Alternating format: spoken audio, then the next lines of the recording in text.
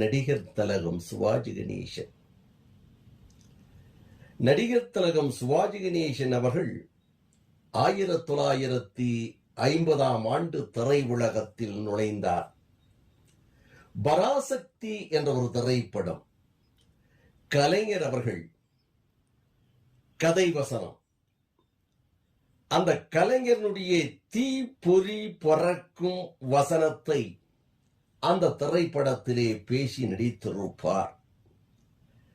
அன்றைக்கு அவருடைய உருவம் மெலிந்து சிறு உருவமாக, ஒரு கதாநாயகனுக்குரிய அந்தஸ்து இல்லாத ஒரு உருவமாக இருக்கும்.